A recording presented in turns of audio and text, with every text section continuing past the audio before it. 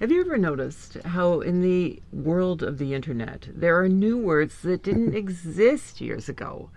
There's blog and blogging and vlog and vlogging. It wasn't until we got started in our online business did we even figure out what these words meant.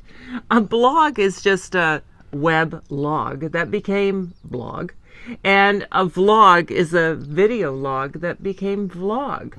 So, staying in line with this digital era, we have coined the phrase slog, which is a slow jog. Very slow. Every morning, we slog up this hill 5 times, and it's a slow jog. So, slogging is something that we do every morning, and as I say, it's staying in tune with this digital era. So, now we blog, we vlog, and slog. And it is amazing because we slog probably 4 or 5 times during the week.